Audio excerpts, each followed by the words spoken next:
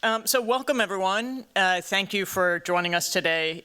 While it's gloomy and damp outside, I suspect that the nature of this conference here in Piper Auditorium will be anything but.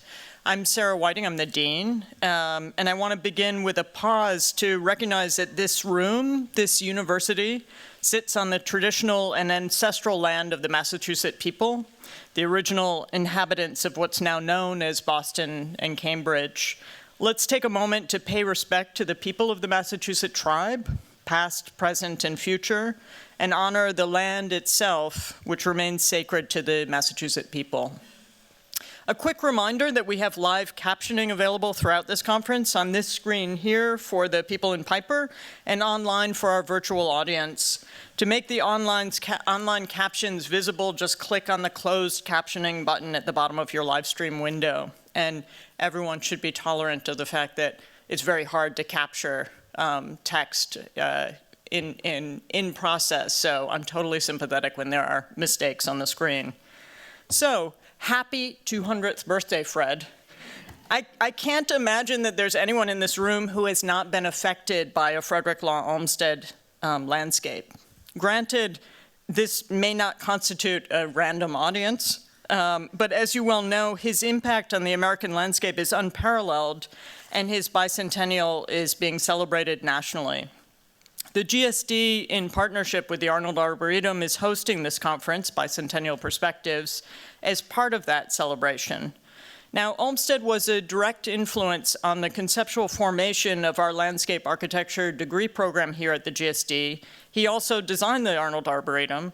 But today's conference, as you'll see, is not set up as an homage to these two institutions' grandpapa.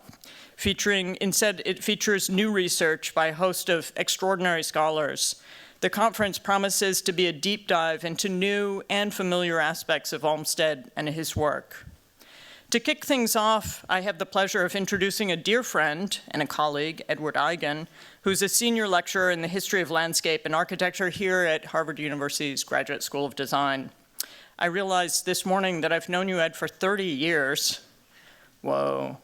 We were doctoral students together, but despite our lengthy shared history, Ed Eigen still manages to surprise me. His research and teaching focuses on relationships in and between humanistic and scholarly traditions, the natural sciences, and allied practices of knowledge production. That's a fancy way of saying that Ed writes on a huge range of topics and does so with remarkable depth and synthetic breadth. These topics have included, among others, questions of race, ornithology, piracy, drafting tools, friction, and currently presidential landscapes. While Ed's cast of characters numbers in the thousands, Olmsted has been a frequent guest in his writing and his teaching, so it was fitting for him to take on the work of organizing this conference. I want to take a moment to recognize that work and thank Ed for all he's done to ensure that these will be 2 days of intelligent surprises. Thank you, Ed, and welcome to the podium.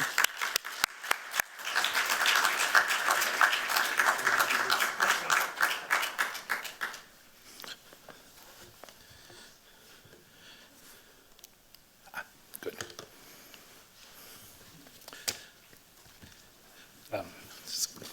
There it goes. Good morning, all. A word before we begin. I want to thank the Dean for that very thoughtful and kind introduction and for her unquestioning support of this conference. And my present ambition is to prevent her from wishing that she had, in fact, asked more questions.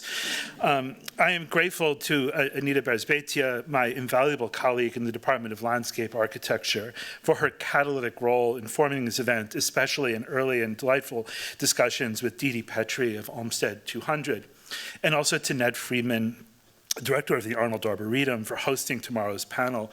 So thanks all, and now to begin. For the sake of continuity, though, as I will suggest in my conclusion, continuity for its own sake is no virtue. So as I was saying, for the sake of, well, continuity, let's begin where this conversation last left off in 1972. With the Frederick Law Olmsted Sesquicentennial, a wide-ranging, scholarly, and public-facing effort to celebrate a great American. We'll return in a moment to the measure of greatness, which seems to depend on distance and time. At that, I would want to say a few words about the 1922 centennial, mostly to highlight the work of Theodora Kimball, whose contributions to the bibliography of landscape architecture continue to shape the field. But this is not to be a parochial discussion, and landscape architect was only one of Olmsted's numerous attributions, one of the attributions that he bore by Kimball's account for 40 years. So then, back to 1972, how the decades fly by. The Sesquicentennial Committee, led by the urban planner Frederick Law, articulated two simple reasons for commemorating Olmsted. The first reason, stated with Gettysburg Address-like flourish, was, quote, to dedicate ourselves to the idea of human survival. The second, to identify this identification with America's first and greatest environmentalist. In January of that year, the month is named for Janus, god of beginnings and endings, of passageways, Ecologist magazine published its landmark special issue, A Blueprint for Survival, describing the present, quote, breakdown of society and the irreversible disruption of life support systems on this planet. Was Olmsted, America's first and greatest environmentalist, janitor-in-chief, already in possession of such a plan? Well, let's check the vaults at Fairstead as soon as we can find out who has the keys. To make its case, the committee mounted an exhibit at the National Gallery of Art, Olmsted, USA, the oblique stroke apparently meant to be read Olmsted as America, with a second exhibit at the Whitney Museum of Art focusing on Olmsted's contributions to New York City. But the living proof that Olmsted was a man, quote, we can still listen to, was to be found in Buffalo, New York. Goodheim explained that after presenting his plan for that city's park system at the 1876 Centennial exhibit in Philadelphia, Olmsted warned that, quote, without systematic scientific measures to control urban growth, Buffalo would one day be left in a state of mourning for its lost health, wealth, and promise. And in 1972, Buffalo, said Goodheim, was witnessing, quote, the awful fulfillment of this century-old Olmsted prophecy of Lake Erie's death by pollution. Now, there is not time enough in the world to explore the gospel commonplace, no prophet is accepted in his own country. Yet for Olmsted, who styled himself both yeoman and wanderer, perhaps no country was truly his own until he saw a way to improve and or transform it. If, amid all this talk of centennials and multiples and fractions thereof, I take a moment to note the 1972 birthday party held in Central Park. It is not to reflect on Olmsted's age. For the record, he was then 150. Rather, it is to ask, what is, or what was, the age of Olmsted? Was he the long ascendant environmentalist for the age of Aquarius, or a relic of Mumford's brown decades, the promise of the mid-century golden day having been blasted by the Civil War? Or, to keep with the theme of secular commemoration, to what century does Olmsted belong? He died in 1903, having witnessed in his telling the advent of the telegraph, railroad, and ocean steamships, to mention some of modernity's great annihilators of time and space. For that matter, he introduced electric launches on the lagoons he created at the fairgrounds for the Columbian Quartercentenary, a technological picturesque juxtaposed to the undying, because already lifeless classicism of the even more spectacularly electrified White City, which was itself famously said to have set the cause of American architecture back 50 years. Arguably appropriate to the occasion, Olmsted's birthday party, sponsored by the Parks, Recreation, and Cultural Affairs Administration, was anything but insulated from the madding crowd. According to the Times, Olmsted was celebrated with, quote, incense, frisbees, bagels, balloons, ice, franks, transistor radios, remember those? Near-nude sunbathing, and a free pot parade. According to Charles Reich, pot, as in grass, was the key ingredient to the greening of America. The writer for the Times sensibly observed that, quote, as chief designer of the scene, Central Park, the guest of honor might have had trouble squaring the whole thing with his dream of a pastoral park. Some of the people spending their day in the People's Park seemed to agree. In a word, aghast was how one of them described Olmsted's possible reaction. But other partygoers countered, he might have joined right in. Ed speaking here. I highly doubt it. Olmsted took great pride in his organization of the park police. So here's the true test, per the New York Times. Quote, A roar of approval rose from the 5,000 to 10,000 persons jammed into the mall when Olmsted himself welcomed them to the park and said, "This is what I designed it for, the people." The Revenant Olmsted, costumed in a brim-trimmed caped coat and drooping mustache, was played by George Bicentennial, a fixture of the off-Broadway scene and co-founder of the experimental theater for the new city. Then there was the cake. Measuring 6 by 24 feet, it was an edible scale model of the park itself. Its ingredients donated by Pepperidge Farm. Yes, those are goldfish in the reservoir. Curiously, the trees are not broccoli, but dyed cauliflower florets planted in a sward of green-tinted cream cheese ice cream. You know, you're not friends with Sarah Whiting for 30 years without learning how to use those kind of culinary phrases. So there you have it. As I was saying, produced by the avant-garde collective Haus Rucker Company, the cake was an urban toy meant to introduce a playful mood in the park. Indeed, the summer of 1972 saw the deployment of Operation Sweep, read saturation with emphasis on enforcement and prevention, a police effort to, quote, restore public confidence in using the park's recreational and entertainment facilities. Well, I'll let you decide whether the birthday party helped in that regard. "File gently and slowly past the cake," Olmsted Bicentennial pleaded with the crowd, "so we don't crush it and we don't crush each other." A member of Haus Rucker later recalled, "It was dangerous.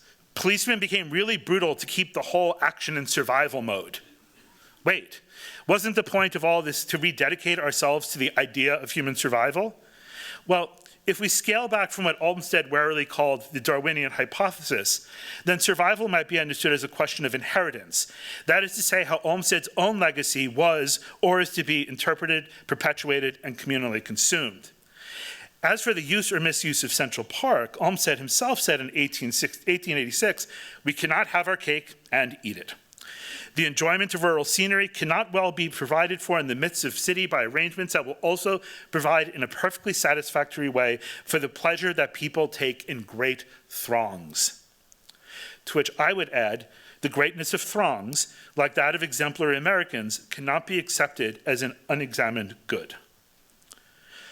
Order partially restored, Bicentennial's disorderly theater company led the crowd in singing, "Happy birthday to you, happy Earth Day to you," in honor, the Times noted, of Olmsted's, quote, current recognition as an early environmentalist.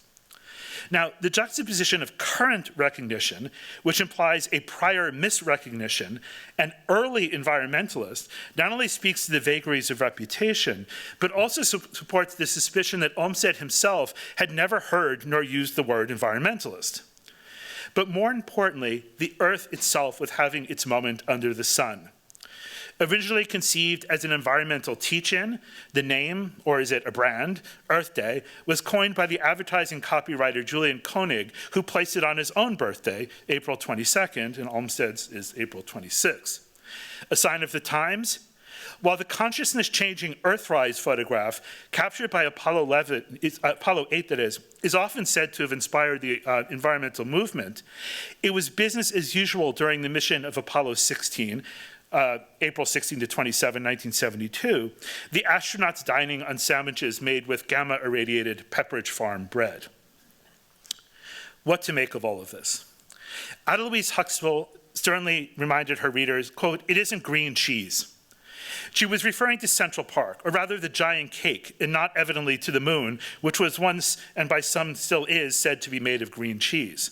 Quote, "All this admirable hoopla," she suggests, she continues, "made it sound as if Olmsted is a man whose time has come. It came, actually, in 1850s with the Greensward Plan. He was a man of the 19th century in the most innovative sense," so said Huxtable. So again, what is or was the age of Olmsted? The question may be rephrased, how well has Olmsted's legacy survived? The committee had a partial answer at the ready. Ours will soon emerge. Quote, "What we would now call Olmsted's low profile," the committee explained, "arises from the fact that little of his work has been published. Thus, a small but meaningful selection of Olmsted's books and related material was exhibited at the New York Public Library during the summer of 1972. Perhaps the exhibit's title, Frederick Law Olmsted, Sylvan Artist, explains the use of that epithet in Robert Smithson's perpetually reread essay, The Dialectical Landscape, which was in fact written in response to the Whitney show. Olmsted evidently still had some receptive readers, earthwork artists, and Smithson considered Olmsted to be the first of their kind, the earth sculpture of Central Park, contoured according to the wild but, as it happens, already inhabited site's geological profiles. But what about Olmsted's own low profile, circa 1972? And for the record, in 1922, the New York Tribune lamented that his centennial had passed by almost unnoted. To this end, I refer to the dialectician Humphrey Repton. His ingenious use of slides to give the lay and perhaps also the lie of the land, providing the evident inspiration for the present outlines and effect proposed images that were the rhetorical engine of Olmsted and Vaux's Greensward plan. And by profile, I am returning to the earlier mentioned question of greatness. Having said that, we might begin to think of continuity as a contour line rather than an unbending orthogonal. What are parks if not places to unbend, to use Olmsted's lovely Aesopian phrase? Okay, back to the profiles. As understood by Repton, who had a keen sense for shifting perspectives, quote, a plane appears a hill, or a hill a plane, according to the point of view from whence each is seen. So, where does Olmsted stand in our estimation? It depends not only on who is looking, but also where they're looking from or to. And then there's Repton's question on scale, supervened by an all-assessing eye. Quote, objects are great or small only by comparison. These paired dicta offered as a clue as to what is meant by perspectives in Olmsted perspectives. For each, from each in the many possible points of view, except perhaps from the view for nowhere, the question remains the same. Is Olmsted approaching or receding, greater or lesser, relevant or irrelevant, to which must be added relevant to what and to whom? One last problem. The comment that Olmsted's low profile somehow arose from the invisibility of his work suggests that we are in view of a bibliographic ha-ha. The committee urged that much of his work, quote, remains to be explored by scholars, by students, and by many communities now grappling with open space needs and related environmental problems. So there is one signpost towards current relevance. But the fact remains that Olmsted's works were just that, remains, which is not exactly commensurate with saying they remain to be explored. Exhibits, conferences, last birthdays come and go. But at that, arguably the committee's greatest and most lasting contribution was the publication of Olmsted. To begin with, Guttheim found a publisher for Laura Wood Roper's indispensable biography, the product of 25 years of pioneering work in the Olmsted Papers, and then came the papers themselves. As Charles Capon McLaughlin wrote in the introduction to Volume 1 of the Frederick Law Olmsted Papers, the project took a, quote, quantum leap forward when Guttheim secured resources to institutionalize the editorial project. And, as in a quantum field, space and time were bent as a result. And mind you, our 19th century man, Olmsted, was alive when Max Planck delivered his fundamental paper on energy quanta. The results? In his review of Volume 2, Slavery in the South, 1852-1857, David Herbert Donald wrote, quote, for the first time it is clear how limited was the field of observation, a field of Olmsted's observation. Detective-like annotations expose the complex editorial history of what took final form as the Cotton Kingdom. Donald pointed to falsifications in Olmsted's reported itinerary, his retouching of field reports, his shifting conclusions, all raising questions about, quote, the credibility of what had been a basic source of Southern history. Had Olmsted's most studied book become a has-been? Well, not exactly. At a publication party for the papers, held in a room at the Cooper Hewitt Museum overlooking Central Park, distance provides perspective, Elizabeth Barlow, who had curated the Whitney exhibit with William Alex, said the editors had, quote, mined a realm of scholarship of immense value to future landscape architects and others wishing to understand more about our country in the last century. You want to know what continuity looks like, sounds like? Begin by asking what future interpreters will do with a past still actually in the making. That party celebrated volume 1. 8 more were forthcoming, plus supplements. Now, getting to our task for the next couple of days, a final word about the Sesquicentennial, or benchmark. Said the committee, "We are celebrating this man because we can still listen to him." Hear, hear. That works better on paper. Okay. Keep in mind, in 1972, the politics of listening were quite fraught. But the survival of the world, or rather the blue marble, to cite the whole Earth photograph taken that year from Apollo 17, but as I was saying, with everything in the balance, it was time to call the star witness. Quote, "For listening to Olmsted in person, the committee made use of, quote, a remarkable new tool of educational communication." And remember, Earth Day was originally a teach-in. By all accounts, this theater in the round, a panoramic projection on a 31-foot diameter screen, spectators stood in the middle, environed by the imagery, was the climax of the exhibits at the National Gallery of Art and the Whitney Museum of American Art. CircleScan, the system's trade name, was invented by the Red Bank, New Jersey optometrist Marvin Trachtman. By profession, Trachtman performed eye exams, asking his patients that eminently Reptonian question, which looks better, 1 or 2? By avocation, he was an inventor of optical, photographic, and projection devices. An immersive experience, CircleScan incorporated narration and musical effects, all controlled by a multi-channel tape system of Trachtman's own design. According to the National Gallery, quote, "In any sequence and any speed, a series of perfectly formed circular images is presented to an audience for study, understanding, or, if you will, evidence as to the environmentalist in question." Wait, what was that question again? That Olmsted was an environmentalist? Is that the most or the best that can be said about him? And for that matter, evidence of what exactly? Well, I hesitate at this point, and I'm in good company for once, because worry is a lonely and indeed wearying art. The exhibit checklist made by Jane Loeffler, the committee's executive secretary, anticipates any number of potential, well, eccentricities in the presentation of Olmsted in the round, the capital O. With the focus on Olmsted, the environmentalist, it was perhaps not clear what a fully rounded Olmsted would even look like. The seaman, farmer, writer, administrator, gold mine manager, in short, the cautiously venturesome, unpractical man.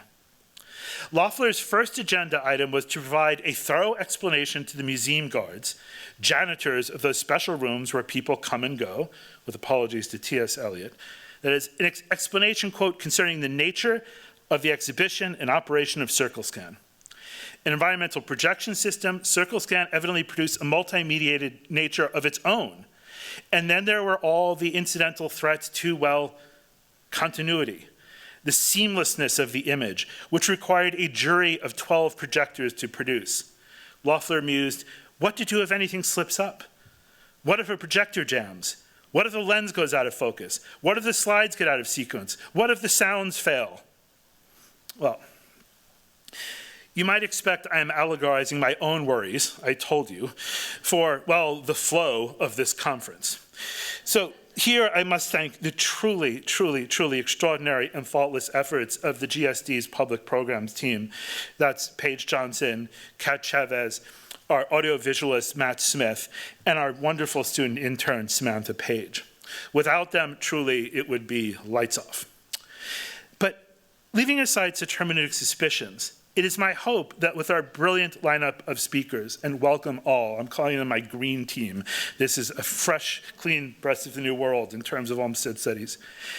We are come here not merely to recognize Olmsted as an environmentalist or as something or someone else.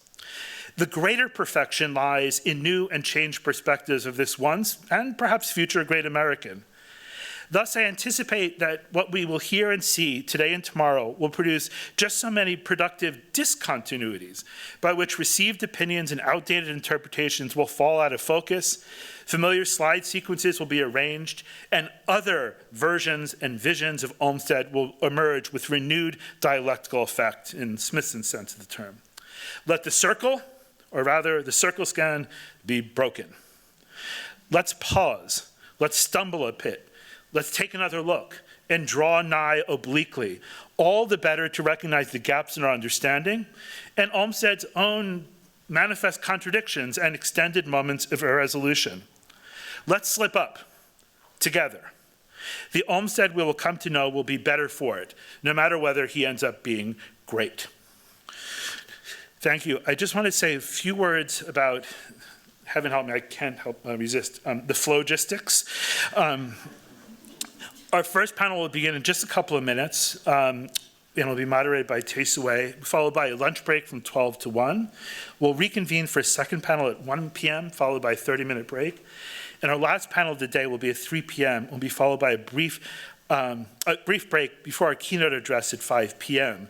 We are honored to have Ethan Carr deliver this year's Frederick Law Olmsted lecture, and he will be introduced by the chair of our department, Gary Hildebrand, who will also be a conference panelist later in the day. Day 2 of the conference will take place at the Weld Hill Research Building at the Arnold Arboretum. Please note that registration for Day 2 of the conference is sold out. So if you are not currently registered, we invite you to watch via live stream on the GSD website. Tomorrow's proceedings will begin at 10:30 a.m., and the full schedule is detailed on the conference program, which you can get at the entrance to the auditorium. And finally, please do visit the exhibit of student work from the second year core studio titled Landscape of Remembrance, curated by design professor Craig Douglas and the students Roxanne Gardner and Emily Dunnenberger. The projects consider a possible past and future of Franklin Park, which we will also, of course, be hearing about later today from our keynote, Ethan Carr. So with that, thank you for attention, and let's begin.